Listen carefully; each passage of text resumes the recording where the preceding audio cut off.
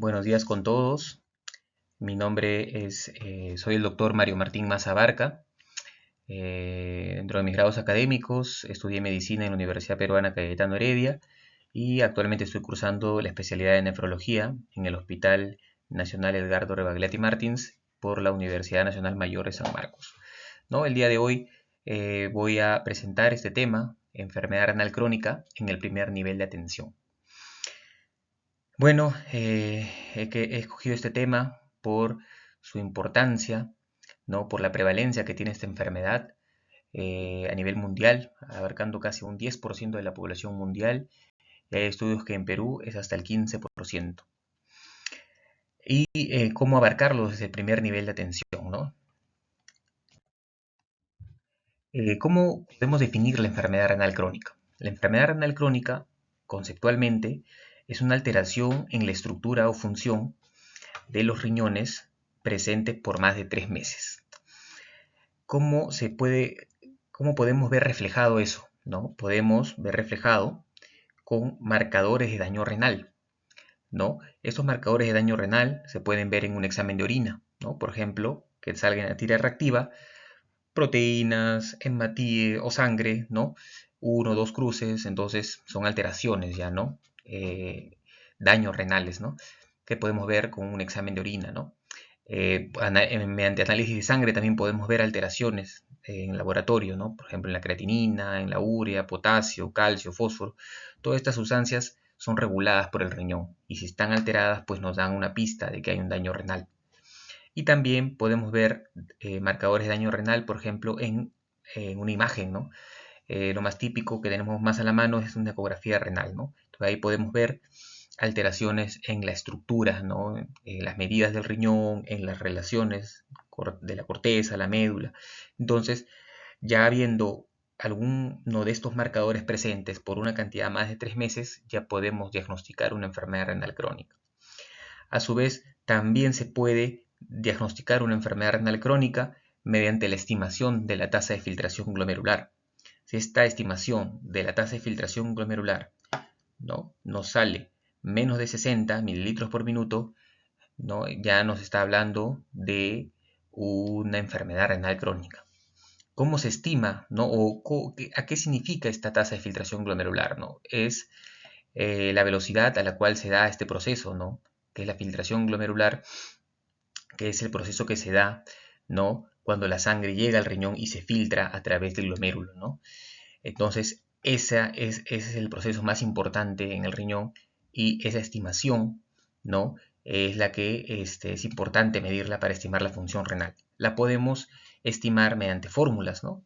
Por ejemplo, acá están estas 3 fórmulas. La más usada es la CKD-EPI, que la podemos tener en un aplicativo en el celular o podemos buscar en internet y poniendo datos del paciente como la edad, el sexo, la creatinina, podemos estimar la tasa de filtración glomerular. Y si es menos de 60 por más de 3 meses, ya podemos diagnosticar una enfermedad renal crónica. Bueno, esta enfermedad renal crónica, a su vez, la podemos dividir en 5 estadios, ¿no?, según su gravedad, ¿no? En la enfermedad renal crónica estadio 1, ¿no?, hay un filtrado glomerular mayor o igual a 90, ¿no? O sea, es un filtrado glomerular normal. Enfermedad renal crónica estadio 2, ya hay un descenso ligero del filtrado glomerular de 60 a 89 mililitros por minuto. Y ya conforme avanza la enfermedad, ¿no?, ya entramos en una etapa de insuficiencia renal crónica, ¿no? Tenemos estadio 3 que se divide en 2 estadios, A y B, ¿no? Pues obviamente va disminuyendo el filtrado glomerular. Tenemos un estadio 4 en el cual ya tenemos un filtrado glomerular entre 15 y 29, es un descenso severo del filtrado glomerular. Y tenemos el estadio 5 o terminal, con un filtrado glomerular menos de 15, en el cual el paciente ya requiere entrar a diálisis, ¿no? Entonces, esta es la definición conceptual de enfermedad renal crónica y nosotros tenemos pues que sospecharlo y detectarlo en nuestros pacientes. Entonces, en esta diapositiva les muestro la clínica, las manifestaciones que tiene esta enfermedad renal crónica en los pacientes, pero sin embargo tengo que hacerles presente que muchas veces los pacientes no tienen ninguno de estos síntomas, ninguno de estos signos, ninguno de estos síntomas. ¿Y por qué? Es porque el riñón aguanta, soporta bastante, aún estando en un grado importante de enfermedad, todavía no da manifestaciones. Entonces, estas manifestaciones las vamos a ver ya en estadios 4 o 5 probablemente. De todas maneras, es bueno tenerlos presentes para pues, ¿no? Detectarlo a tiempo en los pacientes.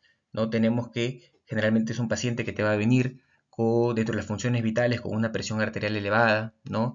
Y pues, lo podemos sospechar también con alteraciones en los sistemas, ¿no? A nivel neurológico, el paciente puede venir con hormigueos, con calambres.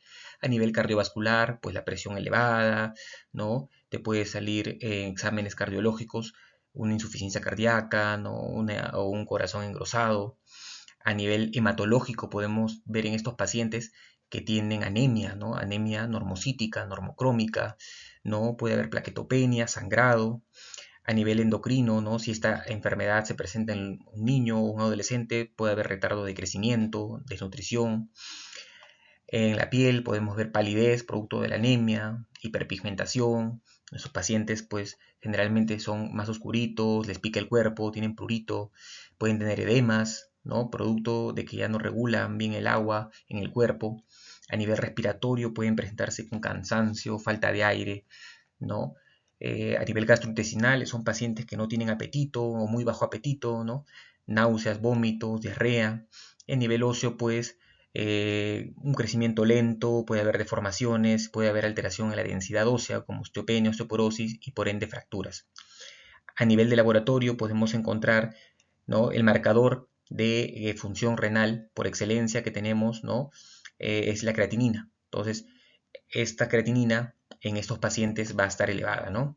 La urea también, la hemoglobina baja, ya habíamos mencionado, el calcio bajo, el fósforo alto y el potasio alto. Entonces, todas estas manifestaciones, como dije, nos pueden hacer sospechar de una enfermedad renal crónica, pero probablemente avanzada, porque cuando están en sus estadios iniciales, generalmente no dan síntomas. Entonces, ¿qué podemos hacer nosotros, ¿no? Ustedes, el personal de salud, desde el primer nivel de atención con esta enfermedad? Una vez que la sospechamos, ¿no? ¿No? Por la clínica o la detectamos con exámenes de sangre o de orina, ¿no? Como ya he mencionado en las diapositivas anteriores, estos pacientes, antes de mandarlos a un hospital de mayor complejidad, pues tenemos que detectar, ¿no? Tratar estos factores de progresión de enfermedad. Entonces, los factores de progresión se pueden dividir en potencialmente modificables, algunos no modificables y algunos inherentes a la propia enfermedad renal crónica. Entonces, como su nombre lo dice, estos factores no modificables, como la edad, el sexo, la raza, entonces ya no se puede hacer nada con eso, o sea, no vale la pena enfocarse en eso, con lo que sí hay que enfocarse es con los potencialmente modificables. Estos factores que están acá a la izquierda, la hipertensión arterial, la diabetes, la obesidad, la dislipemia, el tabaquismo, alteraciones en el ácido úrico, la albúmina, todos estos factores van a hacer que la enfermedad renal crónica progrese más rápido hacia estadios finales y por ende llegar pues a la diálisis, ¿no? O aumentar el riesgo de mortalidad en estos pacientes. Entonces nosotros podemos incidir, tratar en cada uno de estos factores potencialmente modificables y así disminuir el riesgo de que progrese la enfermedad. A su vez también, una vez que el paciente ya tiene enfermedad renal crónica, tiene complicaciones producto del daño renal, ¿no? Sabemos que en el riñón pues se producen hormonas, sustancias que van a regular en otros sistemas del cuerpo. Por ejemplo, en el riñón se produce la eritropoyetina, que nos va a ayudar para formar glóbulos rojos. Si el riñón está dañado, pues nos va a dañar, nos va a provocar, ¿no? Anemia. Entonces también en el riñón se da la activación de la vitamina D. Entonces, si no hay una buena activación de la vitamina D, se va a alterar el calcio, el fósforo, la paratormona, y también el riñón regula pues el estado ácido base del cuerpo. Entonces, también el paciente va a tender a la acidosis metabólica. Entonces, se ha visto que estas complicaciones de la enfermedad renal crónica, si las tratamos, pueden mejorar, ¿no? Mejorar el pronóstico de la enfermedad y hacer que esta enfermedad pues no llegue tan rápido hacia estadios finales. A su vez, también cuando el riñón ya está dañado, ¿no?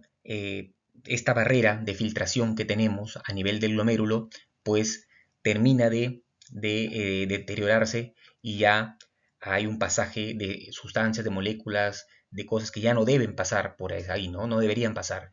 Una de esas cosas es la proteína, ¿no? La proteinuria se ve en estos pacientes y esta proteinuria, mientras más avanzada, mientras más cantidad de proteínas el paciente bote, excrete por la orina, va a aumentar su riesgo de mortalidad y a su vez su riesgo de avanzar la enfermedad renal crónica. Y no solo eso, también es un marcador de enfermedad cardiovascular. O sea, mientras más proteinuria tenga el paciente, más riesgo de algún evento cardíaco. Entonces, nosotros podemos, ¿no? Como personal de salud, podemos atacar estos factores potencialmente modificables y estos factores propios de la enfermedad renal crónica, ¿no? Entonces, tenemos estos factores que se pueden modificar, se pueden tratar, ¿no? Y ese es un esquema de más o menos cómo podemos abarcar esos factores. Acuérdense que el manejo de la enfermedad renal crónica, su objetivo es retardar el deterioro de la función renal y las complicaciones propias de la enfermedad renal, como la anemia, como los trastornos en el calcio, fósforo en los huesos, como la acidosis y otras más alteraciones, ¿no? Y nuestro objetivo es retardar eso, que no ocurra y llegar lo más lejos que se pueda a una terapia de reemplazo renal como la diálisis. Porque ese es el único objetivo, porque ya no se puede revertir. Una vez que el daño renal es crónico, ya no se puede regresar a un riñón sano. Entonces, nuestro objetivo es retardar lo más que se pueda el avance de la enfermedad. Entonces, ¿cómo podemos retrasarlo? Con un estilo de vida saludable, ¿no? Que el paciente, pues, ¿no? Tenga más movilidad, haga ejercicios, coma más saludable, ¿no? Coma más alimentos, pues, naturales, frutas, verduras, no comidas industrializadas, no comidas procesadas, no con altos contenidos de azúcar, de sodio. Nos podemos ayudar con un nutricionista, y si es especializado en la enfermedad renal, pues mucho mejor, ¿no? Porque cada paciente, ¿no? Dependiendo de su estadio y todo, debe recibir una cantidad en promedio de proteínas, de sales minerales y todo eso. Entonces es muy recomendable apoyarnos con un nutricionista en esta enfermedad. Luego también para la presión arterial podemos usar antihipertensivos y a su vez se ha visto que esos medicamentos también son antiproteinúricos, o sea, disminuyen el nivel de proteína en la orina. Y por eso, como hemos visto, ya disminuyen el riesgo cardiovascular, disminuyen el riesgo de que avance la enfermedad, ¿no? Ahí tenemos a los YECAs, como el enalapril, el captopril, los ARAs, como el losartán, ¿no? Como el irbesartán. También tenemos bloqueadores de canales de calcio, como el amlodipino, el nifedipino. Para la diabetes, ¿qué tenemos?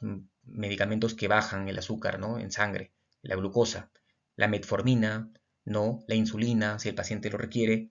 Y hoy en día están en boga los inhibidores de SGLT2, que es un receptor en el riñón que se encarga de recaptar la glucosa. Entonces, si nosotros inhibimos este receptor, el paciente va a orinar más glucosa, por así decirlo, y va a disminuir su nivel de glucosa en sangre y a su vez se ha visto que ese medicamento ayuda a los pacientes a bajar de peso, a disminuir su riesgo cardiovascular, incluso se puede usar en pacientes no diabéticos.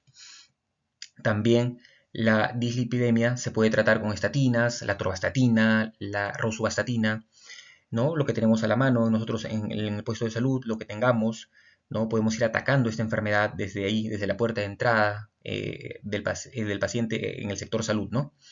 Para el ácido úrico elevado podemos usar alopurinol.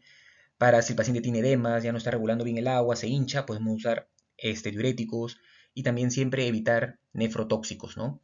Ahí tenemos a los AINES, algunos antibióticos, ¿no? Entonces siempre evitar en estos pacientes nefrotóxicos, ¿no? Porque van a agravar, van a acelerar más el daño renal y tratar las complicaciones como hemos mencionado, ¿no?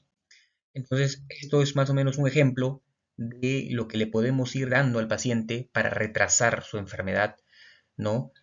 Podemos, ¿no? Obviamente, definitivamente desde la dieta, desde el estilo de vida y pues los medicamentos que he mencionado, ¿no? Los INYECAs como el enalapril, ARAs como el losartán, antidiabéticos como la metformina, para la dislipemia, atorvastatina, para el ácido úrico alopurinol, para los edemas, furosemida, para la anemia, es importante, ¿no?, usar la eritropoyetina, si el paciente tiene déficit de hierro, sulfato ferroso, y también para las alteraciones del calcio, fósforo, el carbonato de calcio, ¿no? Entonces, muchos de estos medicamentos los podemos tener en el primer nivel y podemos ir atacando esta enfermedad hasta pues su respectiva referencia, derivación al especialista, ¿no?, ya en nefrología en un hospital de mayor complejidad. Y bueno, estas son las fuentes bibliográficas en las que me he basado, ¿no?, para esta capacitación, y espero que les haya sido de provecho y de mucha ayuda. Hasta luego.